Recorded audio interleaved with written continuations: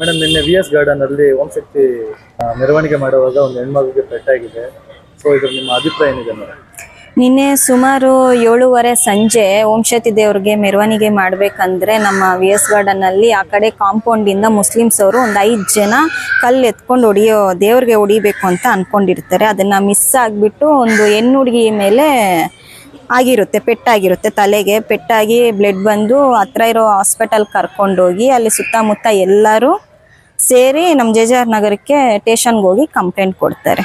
Madam Zameer sir ಅವರು ಬೆಳಗ್ಗೆ press meet ಅಲ್ಲಿ ಹಿಂದೂ ಅವರು ಮತ್ತು ಮುಸ್ಲಿಮ್ಸ್ ಅವರು ಎಲ್ಲ ಒಂದೇ ನಾವು ಅಂತ ಹೇಳಿದ್ದಾರೆ. ಅದರ ಬಗ್ಗೆ ನಿಮ್ಮ ಅಭಿಪ್ರಾಯ? ಹೌದೌದು, ಜಮೀರ್ ಅನ್ನ ಆಗ್ಲಿ ಅಲ್ತಾಫ್ ಅನ್ನ ಆಗ್ಲಿ ನಾವೆಲ್ಲರೂ ಒಂದೇ, ಮುಸ್ಲಿಮ್ಸ್ ಬೇರೆ ಅಲ್ಲ ಹಿಂದೂ ಬೇರೆ ಅಲ್ಲ ಅಂತ ಅವ್ರು ಹೇಳಿರೋದು ಮಾತು ನಿಜಾನೇ. ಯಾಕಂದ್ರೆ ಜಮೀರ್ ಅನ್ನ ಆಗ್ಲಿ ಅಲ್ತಾಫ್ ಅನ್ನ ಆಗ್ಲಿ ನಮ್ಮ ದೇವಸ್ಥಾನಕ್ಕೆ ಬರ್ತಾರೆ, ನಮ್ಮ ಮನೇಲಿ ಕುತ್ಕೊಂಡು ಊಟ ಮಾಡ್ತಾರೆ, ಬಡವ್ರ ಮನೇಲಿ ಊಟ ಮಾಡ್ತಾರೆ. ಇವ್ರು ಅಲ್ತಾಫ್ ಅನ್ನ ಆಗ್ಲಿ ಜಮೀರ್ ಅನ್ನ ಆಗ್ಲಿ ಅವ್ರು ತಿಳ್ಕೊಂಡ್ರೆ ಆಗೋದಿಲ್ಲ.